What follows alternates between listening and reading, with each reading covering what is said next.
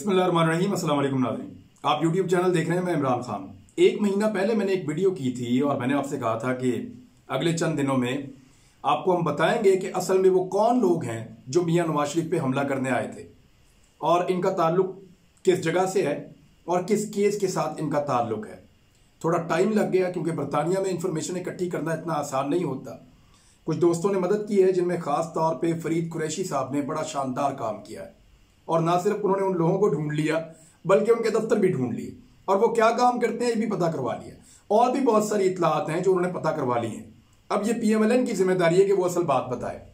देखिए हुआ क्या था। 20 मई 2021 को जुमेरात के दिन 4 बंदे आते हैं मियां नवाज शरीफ साहब के अपार्टमेंट के बाहर और हसन नवाज के दफ्तर के बाहर। ये बंदे पहुंचते हैं और पहुंचने के बाद वहां पे पूछगछ करते हैं। PMLN के लोग इनकी वीडियोस बनाते हैं, इनके साथ आर्गुमेंट करते हैं। मीडिया के लोग वहां बदस्तूर मौजूद रहते हैं तो कुछ विजुअल्स बन जाते हैं। वो विजुअल्स जो हैं वो PMLN के लोगों के पास मौजूद रहते हैं और उससे अगले दिन यानी 21 मई 2021 को 24 घंटे गुजरने के बाद जुमेरात को होने वाला वाकया, उसको 24 घंटे गुजरने के बाद उसकी वीडियो जारी की जाती है और मरियम नवाज साहबा और शहबाज शरीफ साहब और PMLN का मीडिया सेल और PMLN के सारे लोग वो ये क्लेम करते हैं कि मियां नवाज शरीफ साहब के ऊपर एक हमला हुआ है। स्याफाम 4 लोग उस हमले के अंदर इस्तेमाल हुए हैं और इस हमले के पीछे पाकिस्तान की फौज है।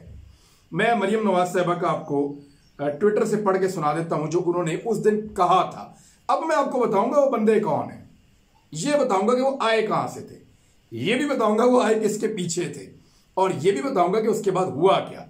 लेकिन पहले आप जरा मरियम नवाज साहबा के 2 ट्वीट हैं बड़े इंटरेस्टिंग, दोनों को आप सुन लें तो उधर से कहानी जो है वो आपको बड़ी आसानी से समझ आ जाएगी। पहला ट्वीट मरियम नवाज साहबा का, नवाज शरीफ की जिंदगी के साथ दौरान हिरासत खिलवाड़ करने वाले अब तक बाज नहीं आए। नवाज शरीफ का मुकाबला उस सोच से है जिसने मेरी बीमार वालदा की तस्वीरें बनाने की कोशिश की, होटल में मेरे कमरे का दरवाजा तोड़ा और आज फिर नवाज शरीफ पर हमलावर होने की कोशिश की। खुदा किसी को कम ज़र्फ और बुज़दिल दुश्मन ना दे, ये फौज पे इल्जाम है। मरियम नवाज साहबा बार बार ये कहती रही हैं। उनके कमरे का दरवाजा जो है वो तोड़ने के मामले के अंदर और बाद में IG के मामले के अंदर ये फौज की तरफ खुरा निकला था। फिर बिलावल भुट्टो जरदारी साहब ने आर्मी चीफ को फोन भी किया था। उनको इस बात पे एतराज था कि कायदे आज़म के मज़ार पे चाहे कैप्टन सफदर घुंघरू बांध के नाचे, कोई उसके ऊपर मुकदमा नहीं कर सकता और कोई IG को कार्रवाई करने का नहीं कह सकता, चाहे वो जो मर्जी वहां पे करें। और फिर अगर इसके नीचे आप देखें तो फिर जो वोट को इज्जत दी है मरियम नवाज के मीडिया सेल ने और जो फौज को गालियां दी हैं मरियम नवाज के मीडिया सेल ने, वो ये क्लेम कर रहे हैं कि ये 4 बंदे मियां नवाज शरीफ साहब पे हमला करने के लिए आए थे। मरियम नवाज साहबा का दूसरा tweet, resorting to gross criminality in the face of political frustration and defeat, people's voice will not be silenced by low life third rate criminals. वो कहने के लोगों की आवाज को खामोश कराने के लिए फ्रस्ट्रेशन है जो बाहर आ रही है और ये एक मुजरिमाना फेल है। Nawaz Sharif is the voice of people of Pakistan and will not be silenced इंशाल्लाह। वो पाकिस्तान के लोगों की आवाज है और उसको खामोश नहीं किया जा सकता। मे अल्लाह प्रोटेक्ट यू नवाज शरीफ अल्लाह आपकी हिफाजत करे। फिर ये हमले का क्लेम तो मुझे याद है अच्छी तरह, अबसार आलम ने कहा था, अबसार आलम की बात मुझे याद है, अबसार आलम ने कहा था कि 4 मुसल्ला लोग जो हैं ये आए हैं और इसी वजह से पाकिस्तान फैटफ की लिस्ट से बाहर नहीं आता। फैटफ से पाकिस्तान बाहर इसलिए नहीं निकलता क्योंकि इस तरह की हरकतें पाकिस्तान की फौज या पाकिस्तान के इदारे करते हैं और ये नवाज शरीफ के ऊपर जो किया गया है इसके लिए पाकिस्तान की रियासत रिस्पॉन्सिबल है। तो इस किस्म के क्लेम किए गए थे, बड़ा रोला डाला था शहबाज शरीफ ने भी, मरियम नवाज ने, वहां नवाज शरीफ के साथियों ने बहुत शोर मचाया। अब आपको बताते हैं ये बंदे कौन थे और कहां से आए थे। उस वक्त मैंने इनके कुछ झूठ पकड़े थे, जरा थोड़े से वो सुन लें आप। नंबर 1, जुमेरात को वाकया हुआ, जुम्मे को शोर मचाया, 24 घंटे कहां गायब रहे। नंबर 2, इमरजेंसी पे कॉल नहीं की PMLN ने, 999 पे कॉल करने की बजाय वाकया होने के बाद जब लोग चले गए तो 101 नंबर पे कॉल किया, जो एक नॉन इमरजेंसी नंबर है। 3 दफा का वजीर आजम, उसकी जान को खतरा, उस पर कातलाना हमला हुआ और कॉल करते हैं नॉन इमरजेंसी नंबर पे। नंबर 3, और सिर्फ इतना कहा गया कॉल में कि 4 बंदे मशकूक हैं, गाड़ी में बैठे दिखाई दे रहे हैं, आ जाइए। बस पुलिस ने आकर कहा, जो अपनी रिपोर्ट में लिखा, कि वहां कोई तसादुम, किसी के जख्मी होने की कोई इतला नहीं, कोई हथियार पुलिस को नहीं मिले और ना ही हथियार रिपोर्ट हुए हैं। जबकि मैं आपको यह बता दूं कि पुलिस की एक स्पेशल स्कीम है लंदन में, उसमें ये घर जो है नवाज शरीफ साहब का और दफ्तर, ये इंक्लूडेड है, रजिस्टर्ड है। वजह यह है कि इनको लोग चोर डाकू वहां पे नारे लगाते हैं, गुजरते हुए बार बार चोर चोर करके जाते हैं, तो इनको छेड़ते हैं लोग, वहां पे इनको चढ़ाते हैं और इनको कहते हैं कि आप चोर हैं। तो इस वजह से जो है वो उनके नारे लगाने की वजह से, और वहां पे एक तसादुम का खतरा रहता है, तो पुलिस ने एक स्पेशल स्कीम के अंदर इनको रजिस्टर्ड किया हुआ है। अगर ये 999 पे कॉल करें तो सबसे पहले पुलिस आएगी। नवाज शरीफ की जान को खतरा, 4 सियाफियाम लोग हथियारों के साथ वहां पे आए, लेकिन 999 को कॉल किया गया और बताया भी कुछ नहीं गया। ये मामला दब गया है। अब एक बड़े शानदार सहाफी हैं और उन्होंने इसका खोज लगा लिया है। सहाफी फरीद कुरैशी साहब ने ये पता लगा लिया है कि ये किस बिल्डिंग से आए और किस तरह आए। मैं आपको तफसीलात बताता हूं, ये बिल्डिंग आपको दिखाते भी हैं, जरा इसको आप गौर से देखें, अब आप बहुत इंजॉय करेंगे। ये जो शख्स आपको बगैर मास्क के नजर आ रहा है, इस शख्स का नाम है एंटोनियो गोल्डिंग। ये एंटोनियो गोल्डिंग नाम का आदमी है और ये एक कंपनी चलाता है। इस कंपनी का नाम है डेट सोल्यूशन सर्विसेज लिमिटेड। ये कर्ज वसूली का काम करने वाली एक कंपनी है जिसको एंटोनियो गोल्डिंग चलाता है। इस बंदे का पीछा किया तो पता चल गया कि ये एक इमारत में है और इस इमारत का एड्रेस मैं आपको बता देता हूं। जहां पे ये इमारत है, इसकी बिल्डिंग भी आप देख लें, इस इमारत के अंदर इनका दफ्तर मौजूद है और इसका एड्रेस है 656 Chester road, Birmingham, England, B235TE। ये इनका एड्रेस है जहां पे इसका दफ्तर है। और एंटोनियो गोल्डिंग जो है वो इस कंपनी को चलाने वाले लोगों में शामिल है। और ये जो 4 लोग आए थे, ये बंदे आए थे कर्ज वसूली के मामले को तय करने के लिए। मिसाल के तौर पे किसी ने गाड़ी ली हुई है, पैसे नहीं दे रहा, मकान का झगड़ा है, प्रॉपर्टी का झगड़ा है या कुछ और मामलात हैं, तो इन लोगों को हायर किया जाता है। ये लोग जाते हैं और जाके दबाव बढ़ाते हैं।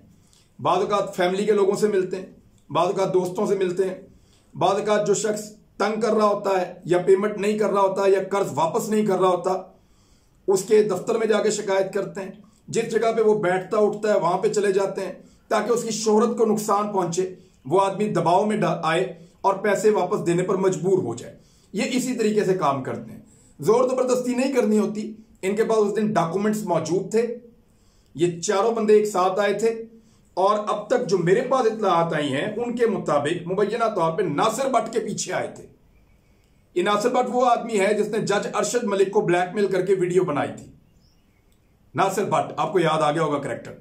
ये वो आदमी है जो इस्लामाबाद अदालत के बाहर नवाज शरीफ की पेशी से पहले और बाद में सहाफियों का ख्याल रखने की जिम्मेदारी अदा करता था। ये वो आदमी है जिसने हुसैन नवाज और नवाज शरीफ साहब से जज अरशद मलिक की मुलाकातें भी तय करवाई थी। ये जो नासिर भट्ट है, कोई बैरिस्टर यावर शाह साहब है मुबैना तौर पे, उनके और इनके दरमियान किसी मकान के लेन देन का मामला था और यावर शाह साहब ने, वो बरतानिया में होते हैं, उन्होंने दबाव बढ़ाने के लिए जब ये मियां नवाज शरीफ साहब के घर के पास मौजूद था तो ये 4 लोग जो है, ये कंपनी हायर की हुई थी, तो ये 4 लोग वहां पे गए और उसके बाद दोबारा पता है क्यों नहीं जाना पड़ा, क्योंकि दबाव अपना काम कर गया।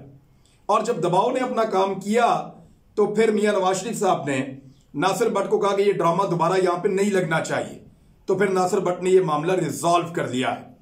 ये है वो असल कहानी जो आप तक नहीं पहुंची। तो क्या अब मरियम नवाज साहबा बताना पसंद करेंगी कि उनके अब्बा हुजूर के ऊपर जानलेवा हमला किसने किया था? क्या अब अफसार आलम साहब बताना पसंद करेंगे कि वो कौन सा हमला था जिसकी वजह से पाकिस्तान फैटफ की ग्रे लिस्ट से नहीं निकल रहा?